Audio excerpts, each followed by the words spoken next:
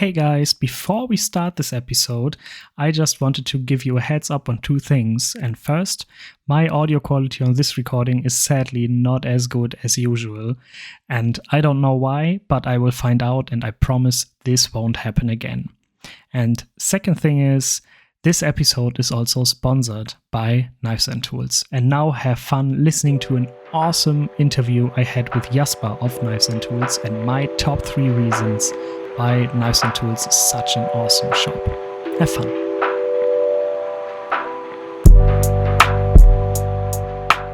Moin Moin and a dear welcome to another episode of Tim's Sprachnachrichten, or for you English-speaking people out there, Tim's voicemails. And today I have Jasper from Knives Tools as my guest. Hello Jasper, nice to have you on. Hi Tim, thanks for having me.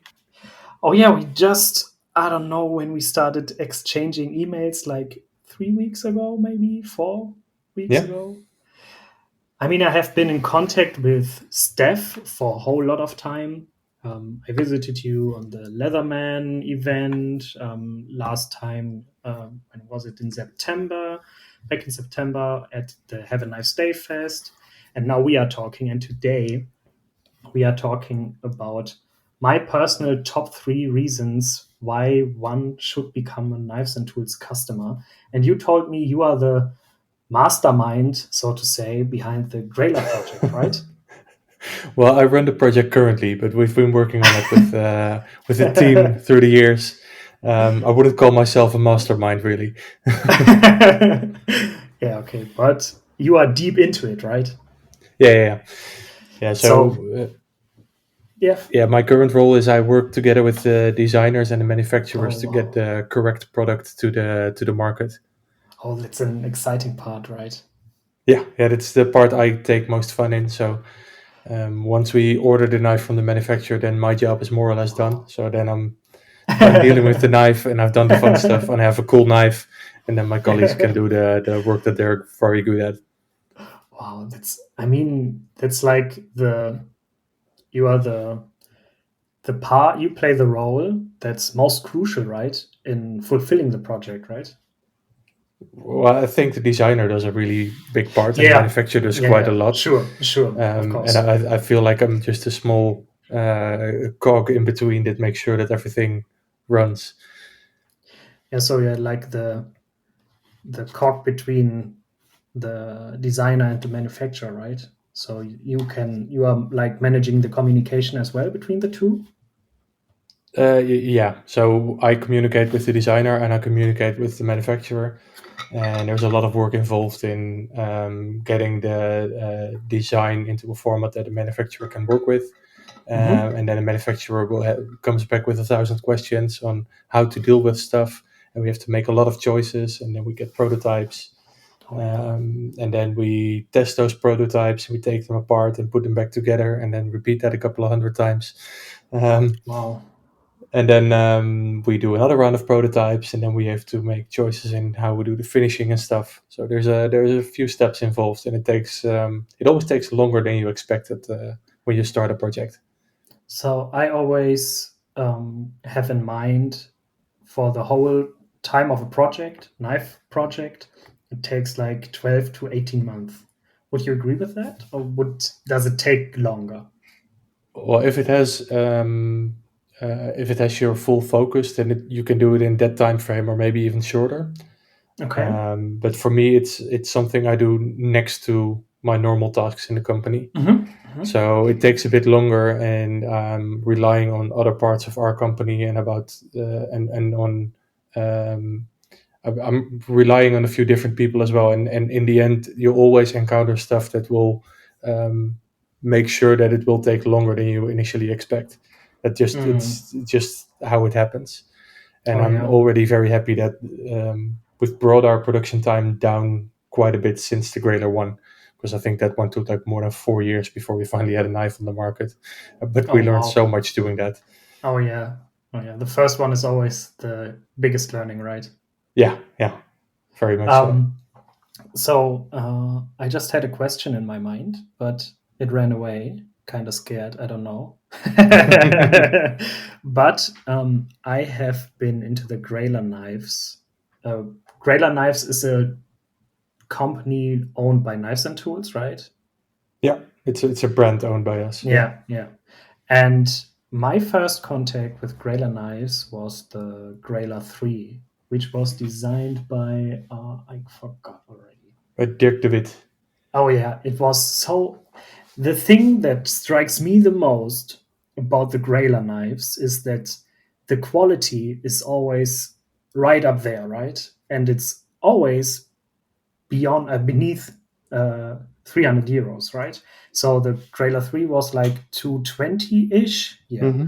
and now the Grailer 4 is 259 95, Yeah, right? it is. Yeah, So and the Grailer 4 is such an amazing design by Michael Timmermans, right? yeah. And Michel. Yeah, I can hear Michelle, oh you yeah, popping it sorry. open right now.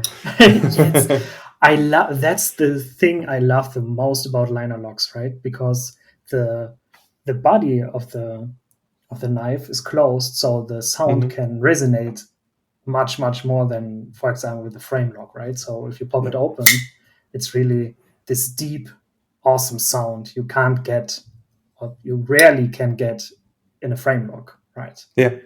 And that's the thing I love so much. As it arrived, the Grailer 4, and I flipped it open, I was like, oh my God, this is so awesome. Right? Yeah, and our the manufacturer that we use for the Grailer 4, that's We Knife. They really know how Oh, to tune a flipper knife on ball yeah, bearings. yeah, That's yeah, something they do so well. yeah. That's so amazing because if you look at the price point of titanium knives is rising and rising and rising and rising Yeah, like nonstop. And yet you guys still keep the price point beneath 300 euros. And that is so amazing when you look at the global market, right? For me, at least. yeah. We try our best. It has to be a good value knife. So Yeah, maybe sure. when we initially started Grailer, um, the name comes from getting your grill knife. So what we started Yeah. off with was with the Grailer 1, designed by Dirk de Wit, and it was more or less an informal start. Like, we knew Dirk, we knew that the knives he made were really awesome. Hmm. He cannot make that many knives a year due to a medical condition, so he makes like a few knives, but his production quality is so top notch. So we were like, we want to share this with other people, and those other people cannot wait 6 or 7 years. I think his wish list was, or his Oh, books were wow. like Oh, back then. wow. Yeah. People don't want to wait 6 or 7 years, but they might not all want to pay like custom knife prices either. So let's bring his Hmm. design to the market for people who want to get a grill knife, but then more accessible. So that's how we started off with Grailer, and that's where the name came from. Um, and then with that first Grailer, we learned so much about how to do an OEM production knife, because it sounds really easy. You see a lot of brands coming up, and Yeah. there's a lot of manufacturers making it easier for us as a knife company, Yeah. as a knife retailer, to start an own brand. But it involves quite a bit, and um, there's so many choices to be made that Mm. you never think of if you just take the knife from the box and you're like, oh, this is a nice knife, but you don't realize all the steps that Oh, yeah. have to be taken to get there.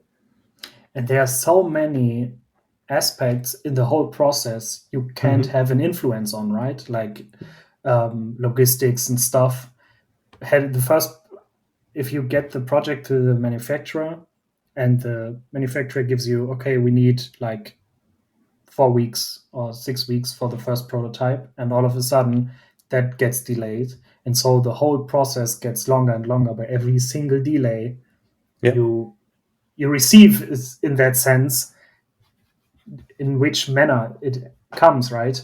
If it's just the shipment, all of a sudden the shipment takes a week longer than expected, and so the whole project gets delayed by a week, right? And If it only so, was a week, then that would be great. But yeah, some stuff just take longer. yeah. Yeah, so What that's I've also a huge part, right?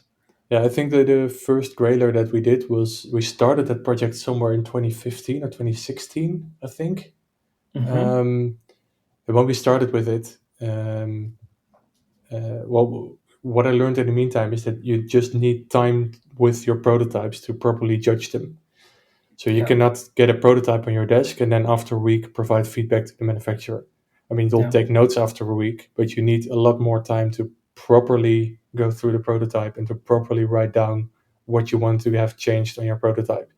And it's the same with knives, and we have other products for our private labels and for our own brands.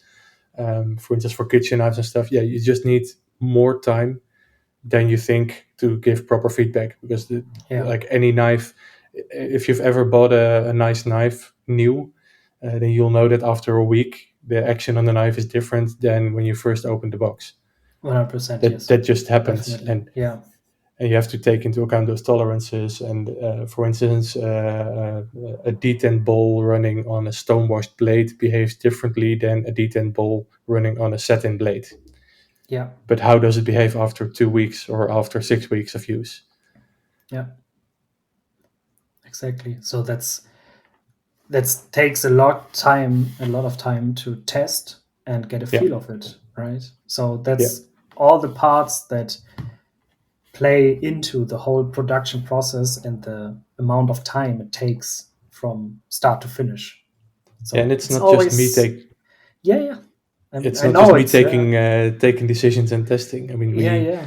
currently we have 110 people in Knives and Tools Wow. working here. Mm. So also when it comes to things like choices in doing the finishing of the knife, so which color of G10 or which carbon fiber or which blade finish, or there's so Oh, many, like any part of the knife you can pick a different finish or a different material, um, and everything you choose has consequences.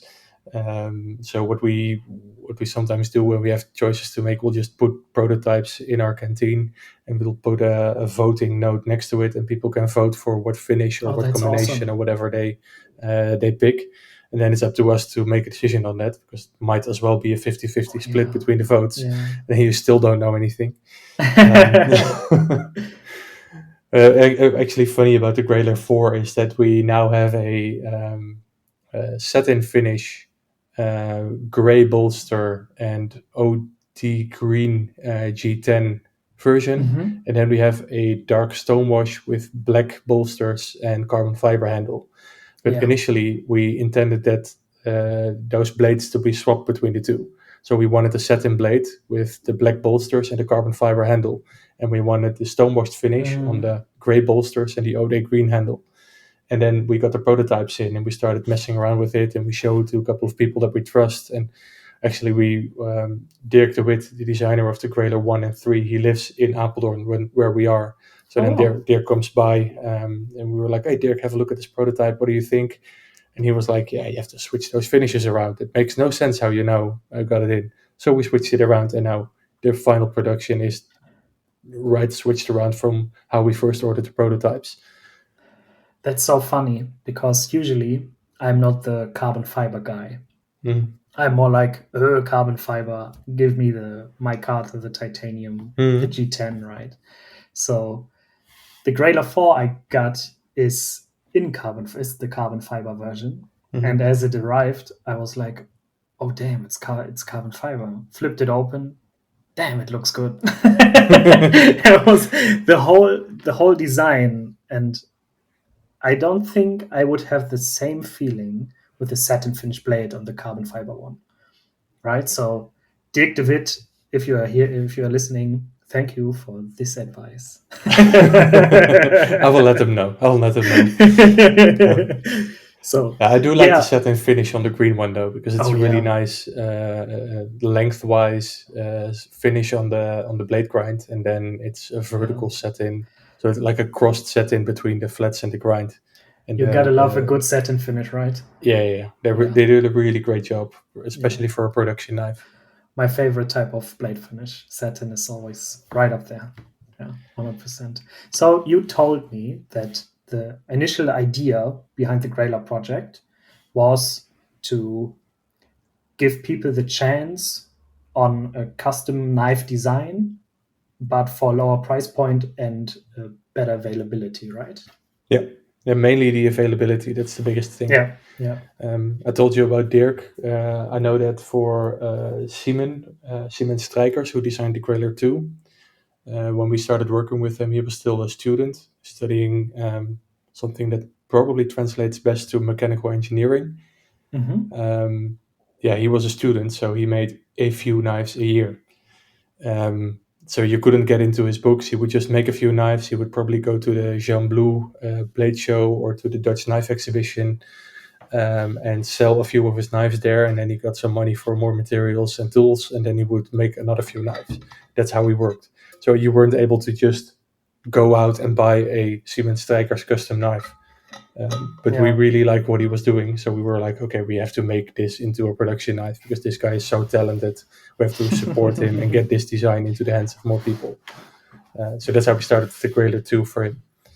For Michel, who designed the Grailer 4, he runs a hotel, and in the basement of his hotel, he has a workshop. So in his downtime, when he's not working either on maintenance or with guests in the hotel, he'll just go to his basement and make knives. Wow, So he awesome. doesn't have a huge production either. It's not like he's a full-time maker. Yeah. But the Grailer 4 is an awesome design. I love it so much. The ergonomics are so right on point. It's amazing. Yeah, Yeah, it's got more or less. I already had a little chat with Michel, right?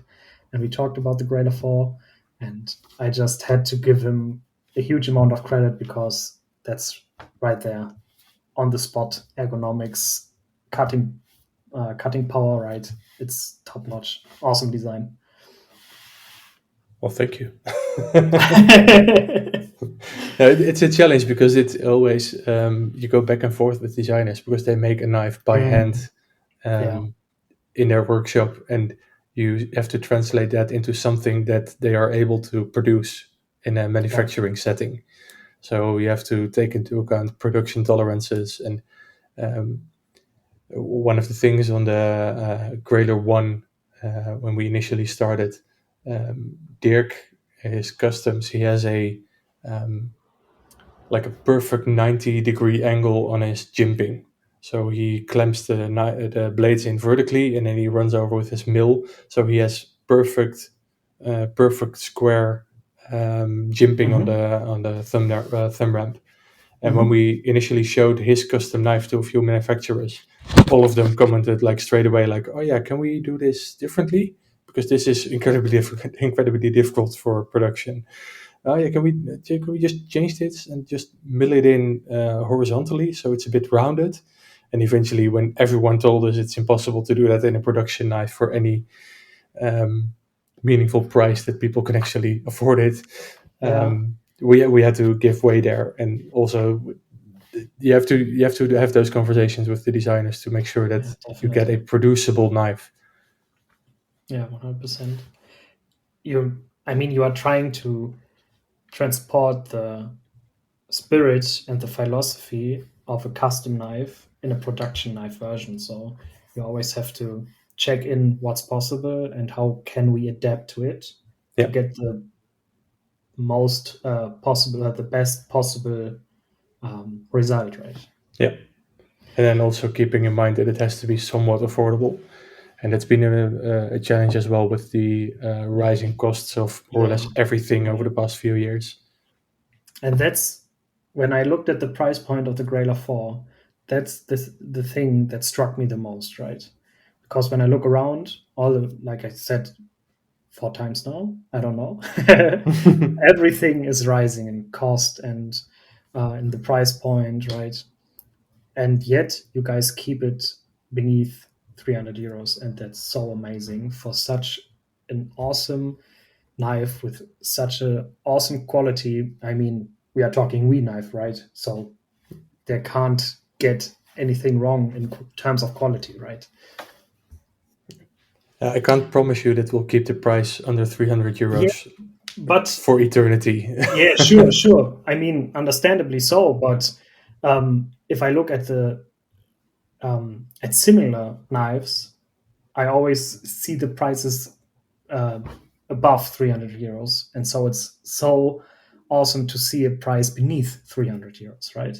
Yeah. So that's the thing that makes Grailer knives for me special, in addition to the whole philosophy behind the project. Because, like Dirk de Witt, Michel Timmermans, or strikers are not names you are too familiar with, right? And that's also a platform for those designers, right? And I love it. I really do. Yeah, I think we just narrowly beat Spyderco for the first production folding knife by a Dutch designer. I think they was shortly after we released the Grailer 1, they came out with the Spyderco Brouwer by Jerry Brouwer, another Dutch designer.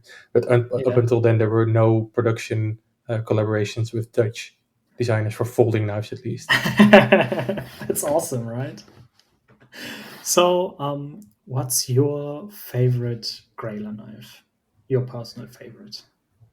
But if I have to pick one specific Grailer knife that's my favorite, then it would be the Grailer one that they're customized for me personally. Oh, awesome. So we did a few runs with Grailer ones with inlays, and we Mm-hmm. actually ordered from the manufacturer who was Lion Steel for the Grailer one. Mm-hmm. We ordered a few knives with the inlay handle, but without any inlays in them, because then we would have Dirk in his own workshop. He would make the inlays for the Grailer ones. So this allowed us to do a couple of really small runs. So we did like, I think 5 of them with giraffe bone inlay, and then we did a couple with a micarta inlay, and we did a couple with a spalted beech inlay. But I had contact with Dirk and a friend of his, Richard. He grinds down stones for inlay. So Mm. I got some New Zealand jade or greenstone or punamu or whatever you want to call it. I sent that to Richard, and Richard cut out an inlay for me. So I have a Wow, Dirk de Wit customized Grailer 1 with a punamu greenstone inlay from New Zealand. that's And awesome. Dirk also did a hollow grind on the blade. And then he etched Oh, his own logo into the blade as well. oh, that's sick. Is that also your most carried knife? I mean, I think you are flipping it, right? I am flipping it right now, and it's so smooth. It's Yeah. on Teflon washers, which is something we got a bit of critique on at first, but I think Teflon gets a worse rep than it deserves. Because the great thing about Teflon is as long as it's there and it's somewhat clean, then it will run smoothly. It Mm-hmm. doesn't require any lubrication, more or less. So I've had this knife for years now. I've not even once taken it apart. Just Wow. cleaned out underneath the detent bowl, and that's it. Mm-hmm. Um, That's wow. Low and it's not my maintenance is most always carried awesome. knife. I mean, the Grailer is a pretty. I mean, the blade thickness is 4.5 millimeters, so it's quite a Oh thick. wow. Yeah. Yeah, yeah. And that's also one of the points that people had a bit of critique on after the Grailer 1. So for the Grailer 3, we thinned down the blades considerably. So I think that's once more in the 3 millimeter mark. Not sure if it's Mm. 2.8 or 3.2, but somewhere around that mark. So it's significantly thinner. The handles are significantly thinner. So are you already planning on the Grailer 5? As a matter of fact, we might have just, and this is a scoop for you, but we might have just did a down payment for the production of a Grailer 5. Oh wow. And I can share with you it's a designer we have worked with before, but I won't tell you who it is. Okay. Okay. So it is a choice of 3. Yeah. We'll see. We'll see. Oh, that makes me excited. Grailer 5. Awesome. So yeah, in about a year to 2 years, we can see final results. No, no, no. This is the down payment we did because we have finalized all the prototyping and all the Oh, finishing and stuff. So it will be earlier. oh wow. Oh yeah, now I got you. Yeah, it Oh, won't be that's awesome. 2025, but they're now working on it. Yeah. So that will be great. Oh, sick. Oh, now I'm excited. Okay, well, um, maybe the people listening can take a guess, and maybe they get the spot and hit the mark. But yeah, we'll see. I don't get too much into it because then I'm more hyped for the final result. And oh yeah, I'm excited. I'm excited. So Yeah, am I. the Grailer project is something I got really interested in with the Grailer 3, right? And now the Grailer 4. is such an awesome knife, and the Grailer 5 around the corner. That's amazing. I mean, if I get it right, you showed the Grailer for the first time last year's Have a Knife Stay Fest, right? That was when we released it, yeah. Yeah. Oh, And the yeah. first time we showed some prototypes was at the Dutch Knife Exhibition in April last year, I think. Okay. So, when will we see the first scoops of the Grailer 5? For the next Grailer, I think somewhere early next year. I can't be more specific Awesome. right now because we Yeah, need to no get some worries. confirmations as well. And Yeah, sure. um, we will be using WeKnife as a manufacturer again because they're Ooh. just awesome and they're doing a great job. Um, Awesome. yeah, I think I've said more than enough now. All right, so keep your eyes peeled in early next year. Grailer 5, I'm excited as everybody should be. And now we switch the to the second reason why one should become a Knives and Tools customer, and that is Flytanium for my personal. Yeah, I mean, the products of Flytanium you offer are so vast. The whole Spyderco and Benchmade stuff, the stuff Flytanium on its own offers, right? The arcade in all its different shapes and forms, and all the modification possibilities, and all that stuff. Mm-hmm. And I remember quite good. My first more expensive knives were a Paramilitary 2 and a Para 3 by Spyderco. And Great choices.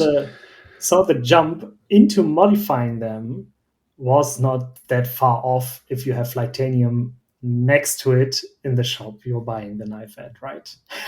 Yeah. And that's how I first came into contact with Flytanium. And why would you say is Flytanium so awesome? Well, I think it allows you to add a bit of individualism or whatever you may want to call it Mm-hmm. to your knife collection. So you can actually make sure that you have a knife configuration that no one else has. And at the same time, it's also you don't have to put your knife down in a drawer and never look at it or sell it if you don't like it anymore because you can just change the knife. If you're like, Yeah, oh yeah, I bought it in the Blurple G10 and it was cool at the time, but I really want to change something about it, and you could just take new scales, get titanium on it or whatever, and yeah, you practically have a new knife. And I think that's really cool. It allows you to just go through your collection without buying new knives. yeah. And that's also the fun stuff around the arcade, right? Because you can switch so many different parts on the arcade: scales, inlays, thumb studs, backspacer, even from start to finish, the body you buy, if it's the arcade light, is it right? The Mm-hmm. budget version and the normal arcade, different knife steels, and you can do so much stuff with it. And now, even today, as I took it out, the arcade out of my drawer, I had the Ultim inlays in it, and I switched back to my Carter within a few screws, swapping around. Right, it takes like a minute, and you got a It, different knife. you can even just switch it for your outfit or for wherever Yeah, you're going. yeah, that's so awesome. And what makes the arcade even more special to me is the shark lock, right? Yeah. Because the shark lock is only known to be on Demco knives, and now the arcade, which is not a Demco knife, also Mm-hmm. has the shark lock and is the only knife not being a Demco with a shark lock, right? It doesn't. Yeah, at Cold Steel they've now got the Atlas lock that looks similar, but it's slightly different, right? Oh yeah, so Cold Steel and Demco is like hand in Yeah, yeah, hand, right? So yeah, yeah. he was a Cold Steel. He worked at Cold Steel for a long time, right? I'm not sure if he was working for Cold Steel, but Or he with made a lot of designs for Cold Steel. Yeah, yeah, and he yeah. did a lot of the videos as well back in the day.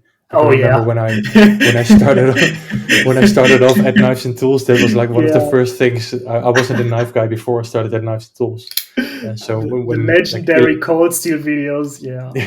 so I started here 11 years ago, and I already had colleagues then. They were like, "Oh yeah, if you want to see something cool, have a look at this. They're chopping through pigs' heads." Like what? Yeah. What? That's so insane. Yeah. Those videos are so legendary. Yeah. I remember. That's so Yeah, I think awesome, my man. favorite one is the one of the special ops or the Spetsnaz shovel, because it's like a 3 minute video, and then 2 minutes they're chopping through ice and bones and stuff, and then after 2 minutes, then they're digging a hole with the shovel. Like, oh yeah, it's a shovel you can use for shovel stuff. um, so, where would you start, you personally, building your personal Grail arcade? Oh, that's a it's a it, yeah, you can go so many different routes. But I would go Yeah. back to my basic configuration. Would probably go for stonewashed drop point blade, a stonewashed handle, um, and then probably green micarta inlays. Hmm. And for the backspacer, just plain stonewashed titanium. I think stonewashed titanium is just really cool, and a stonewashed blade is really cool at hiding the marks of use. But Yeah. you just said that you liked satin blades. Well, satin blades are a bit sensitive as well Yeah. sometimes That's if you're true. actually using the knife. So for longevity, if you want a knife that looks good in the long run, then I would always go stonewashed, and then green micarta probably. That's probably what I would pick. Would you swap the scales from aluminum to titanium as well? Yeah. Titanium Of scales course, over of aluminum, course. of course. Yeah, And then sure. probably if I wanna if I wanna add like a touch of something cool, and I think we don't even sell these in our shop, but I know that Titanium has them, or Flytanium has them. Would be like the tritium green thumb stud. Oh wow, I didn't know those exist. Yeah, they do, and they're the I same mean, size for Benchmade knives as well. So you could actually switch back and forth between your bug out and the arcade. yeah, that one I know, but I didn't know they have those those inlays or those tritium Hmm. um, They do thumbsters. on the Flytanium website, and it's the same drill size as for the bug out. Aren't the thumb studs the same for the arcade and the bug out? The Yeah, I same think so. millimeter? Yeah. Yeah, right. So if you are building your arcade and you are searching for thumb studs, just search for the thumb studs from arcade fitting for the bug out or the whatever you are modifying. I Hmm. mean, that's what I said at the beginning.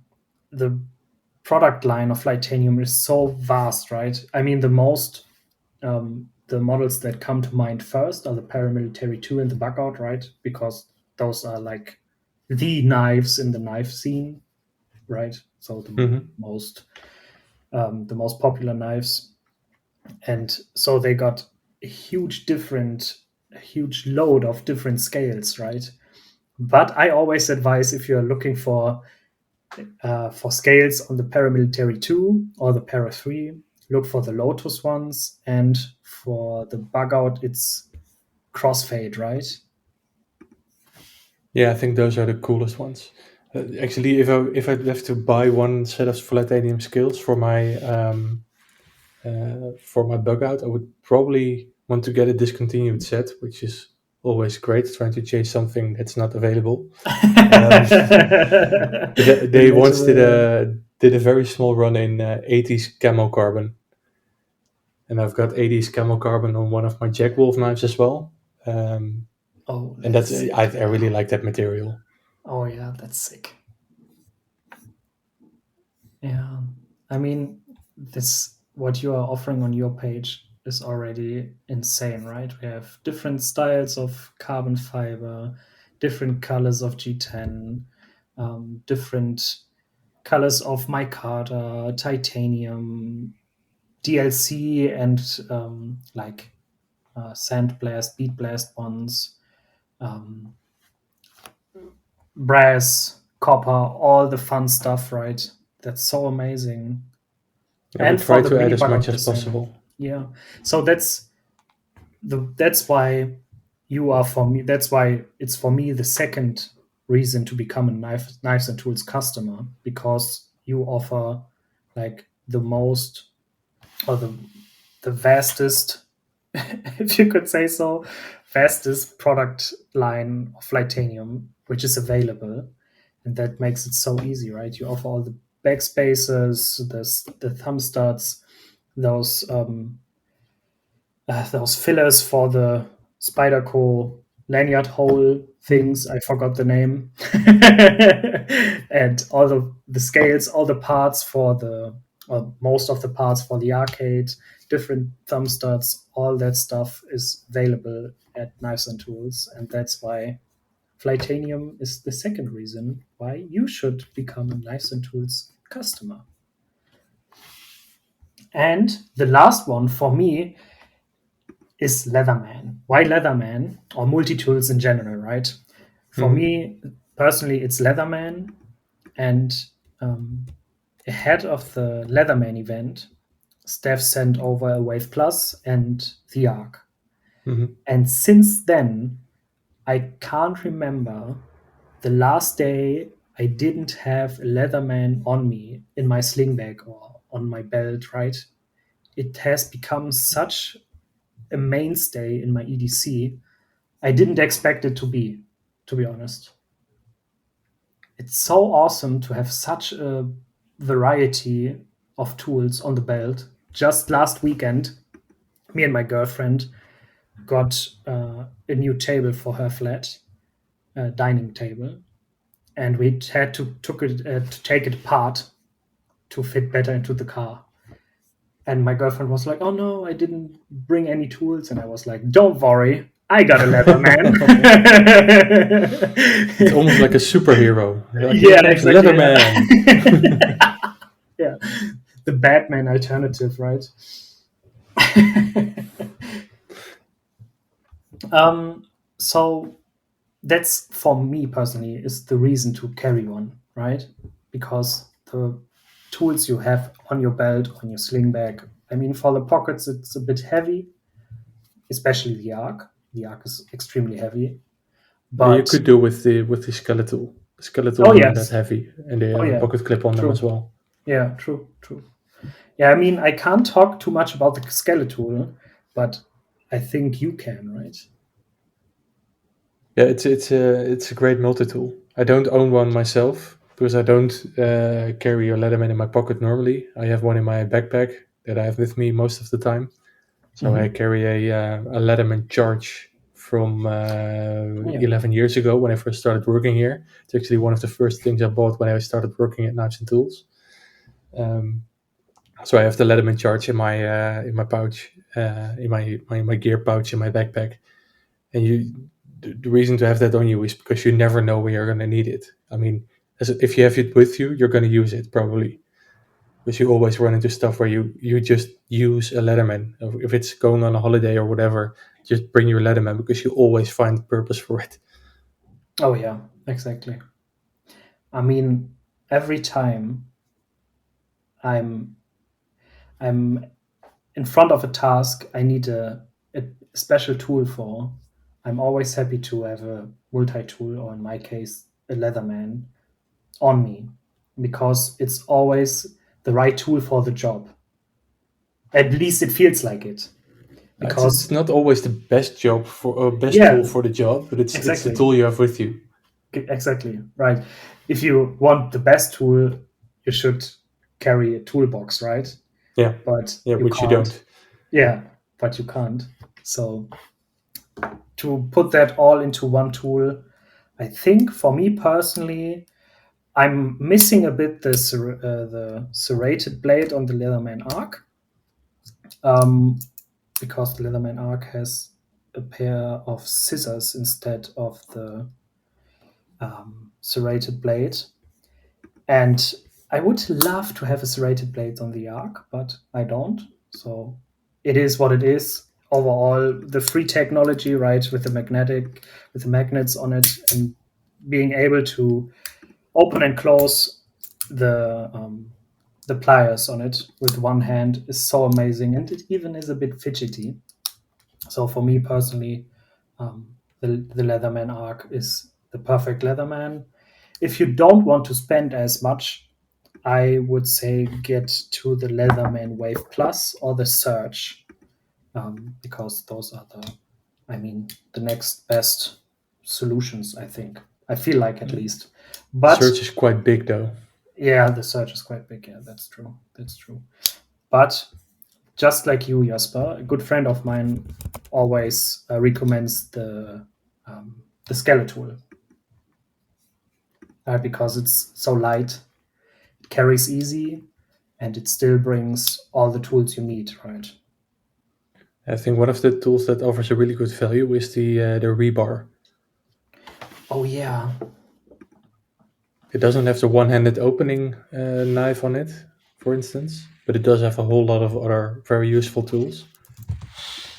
And I've read somewhere online, people are like, oh yeah, but you don't have the replaceable bits.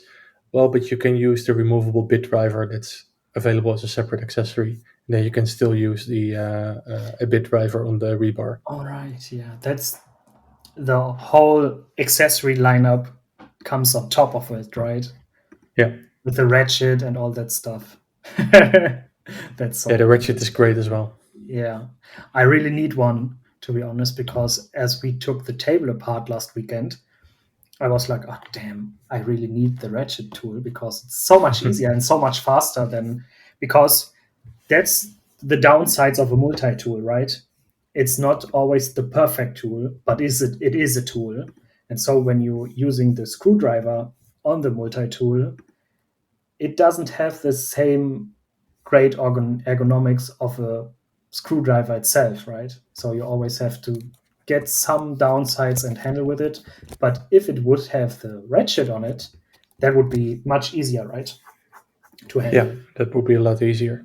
Yeah. So, but you can manage and find your way through your everyday with a Leatherman or with a multi-tool, especially Leatherman, because I feel like if multi-tool, it's Leatherman, right? That's at least my gut feeling. It's almost synonymously, and they do have a really, really large market share. Yeah. What would you say is the perfect Leatherman? I think the arc comes close. Mhm. I would, yeah, I would probably. It's a really difficult one because I also like the Yeah, new Wave Alpha that came out with the G10 grips, also a yeah. MagnaCut blade. It's also really cool. Um, I would at this time I would grab the arc probably. Yeah, I have to get my hands on a Wave Alpha because it's so hyped right now. A friend of mine got one and he's totally blown away by it. All the reviews you can watch on YouTube are totally hyping it.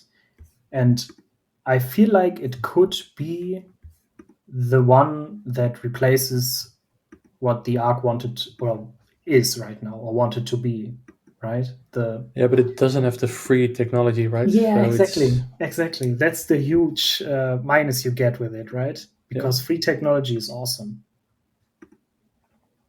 Yeah. So for me, I on my own, I also have to go with the Arc because of free technology.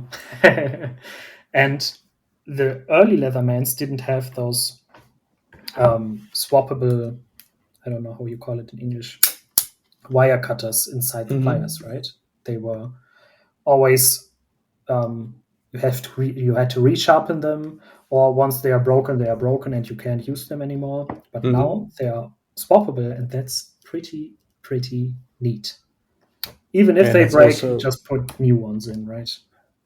great from a like a sustainability standpoint. Like if Yeah, you use, they used to have to replace the whole tool if something went wrong with the pliers, and now you can just have customers replace it themselves. Yeah, that's awesome. For especially from, like you said, from your side, right? If the customer has warranty on it and says like all my pliers are broken, you have to swap the tool, right? But now you can just send them over new wire cutters. Yeah, or they don't even need us anymore because they can Oh just yeah. order them themselves. Oh yeah. Because it's just a replaceable part. It's like something that you use up. Yeah. Um, Yeah. and you can take them out to sharpen them as well, which was also really hard. Trying to sharpen the old pliers. Yeah. That's true. So if you are looking for Leatherman, look no further, or look over at Knives and Tools and get your grasp on the huge, huge lineup of Leatherman. Um, Everyone finds their multi-tool in Leatherman. The multi-tool you want, you need, you have to have on you. And like I said, I didn't expect a multi-tool to become such yeah, main player in my everyday carry rotation. And now every day I have one on me, and I really, really suggest checking out a multi-tool for your EDC. And Jasper, now I would be interested in your own opinion. Why should one become a Knives and Tools customer? Well, you don't have to, of course. Not the world doesn't die if you don't become a Knives and Tools Yeah, customer. that's true. That's true. Yeah. Um, um, I mean, we try our best, and I think that yeah, this is really hard to say about our own company. But we try to do something extra and to do something special and get the biggest assortment in. I don't think there's many other knife web shops in Europe that do 19,000 unique products and that try to get in all the niche brands that no Yeah. one's ever heard about. And we try to be the first ones in Europe to offer it. I mean, have you ever heard of Knock Knives, NOC? It's a new brand that we launched earlier this year, and no one in Europe picked it up, but we did try to pick it up, and the feedback so far has been great. So we try to do unique things. We try to do more than other shops. We try to get all the stuff in our own inventory. So we don't rely on you placing an order with us and then we order from a supplier and then the supplier sends to us Mm. and we send it to you. No, all the products that are in stock are in our own inventory. And if it's not in stock, then we have it on order with our suppliers. That's we try to go just a bit further than any other web shop. And we also try to do that through the events that we host. Like you've been at our Have a Nice Day. Um, yeah, we could have just put stuff out on tables, have people come in, and then they buy stuff or don't, and they leave. But we try to make it into a whole community event. Invite more and more brands every year. Like this year, we have 40 different brands present from all over the world. We had people flying in from the US, from Mexico, uh, Italy, France, Germany. Well, they Denmark. drove in from Germany, Yeah. Denmark. Yeah, Jens Anzo was there. Yeah. Um, so we try to go just a bit further and be a little bit more than, like in Dutch, we have a term that translates to box pusher. So we try not to just push boxes of knives over the postal services to That's our a good customer. one. We Yeah. try to add a bit more value than that. Yeah. And I mean, you can feel it, especially if you're on the online shop. If you click on a knife and the whole description, the whole measurements are all made by you, right? If the knife arrives at your shop, a new one, a new product arrives at your office, you measure it, you weigh it, you create the whole description of the knife on your own. You just don't take the one that comes from the supplier or from the manufacturer. You do it all on your own to have on point data on your online shop, right? Yeah, yeah, we do everything ourselves in house. Yeah, So a that's lot of a online huge shops just part. take the data Exactly. sheet from the supplier and put that online. But Yeah. then you, for instance, for a blade length, if that's relevant for the jurisdiction you're in, did they take the heel of the knife to the tip, or did they take the front of the handle to the tip? Yeah, you don't know that if you're ordering online. So we always take the longest length of blade length, so that if you're in the UK and you're stuck with a 3-inch blade length limit, you always know that you can rely on the measurements we took. And that 12 centimeter law in Germany for fixed blades, yeah, we measured it on the longest length possible, because like the police officer is not going to comment on you for having a knife that's too short. They're going to Yeah, comment on you if it's too long. yeah. So we try to make sure that all those specifications on our website are correct and comparable as well between the different brands. That's one point where you can feel and see the love of knives the whole company Knives and Tools carries, right? Because if you don't love the product, you wouldn't do that, right? It serves multiple purposes, because it's, on one hand, it makes sure that our data quality is quite high, and at the same Sure. time it also makes sure that we actually have our knives in the hands of the people working with them. So I think for many web shops, at least outside the knife world, um, when they become our size, then the people who are putting products online often don't even see the products themselves. They just work with data sheets. They don't know how a product feels. They can't. Yeah. Um, the biggest challenge if you're an online shop, and now we're going more into an e-commerce podcast rather than a knife podcast, but the biggest challenge is to bridge the gap between the physical retail shop experience and the online photos that you see. So what we try to Mm. do with the value that we add is to make sure that we bridge the gap between having the products in your hand in a store and seeing them online. So we take our own photos, we take our own short videos for every single pocket knife. We try to do a good job of that as possible. Um, You do. You are well, thank doing a you, really, thank really you. good job on it. Yeah, Yeah. we always see the stuff that's there to be improved. I mean, my first knives I bought at Knives and Tools. Matter of fact, right? My as I got into bushcrafting, I bought my SE4 at Knives and Tools. As I Cool, got into great the choice. whole knife community, EDC, and all that stuff, I bought my first Elementum at your shop, and then my higher priced knives in the Paramilitary 2 and Para 3 I bought at Knives and Tools. Knives and Tools has always been my first address in buying knives, or at least using the vast product line you offer as a research base, right? Even in my podcast, if I want to know, okay, I need the blade length of product XY, I'm looking at Knives and Tools because I know that's spot on. So I'm always looking. You always, besides an online shop, you have become more of a database for me, which is also awesome, right? Well, thank you. We actually get this feedback from some of the brands as well. Like they might not list all the specifications in their own product data, and then they'll just check our website to check on their own product data, which is crazy when you think about it. Yeah, that's awesome. Such a huge compliment for your work, right? And not just my work. I want to Yeah, I emphasize, mean, I am the not Knives and Tools. I just work yeah, here yeah, for a exactly. few years, and then I have like 109 other colleagues also working on this every day. Yeah, for the Knives and Tools work, so to say, then, Yeah, or the Knives and Tools team work. So yeah, yeah. we try to. Yeah. So, what's your personal favorite product in your lineup? um, I think a knife that I will never ever sell. It's obviously the Grailer one, but I also already mentioned that one. Another one is the very first really premium knife that I bought.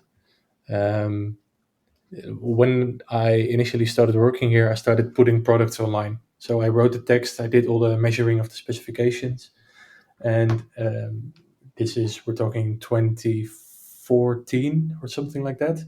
Oh, okay. And then a new brand was put on my desk, like, hey, we're going to put this brand online and it's expensive, so you better do a good job. And that brand back then was Chris Reeve Knives.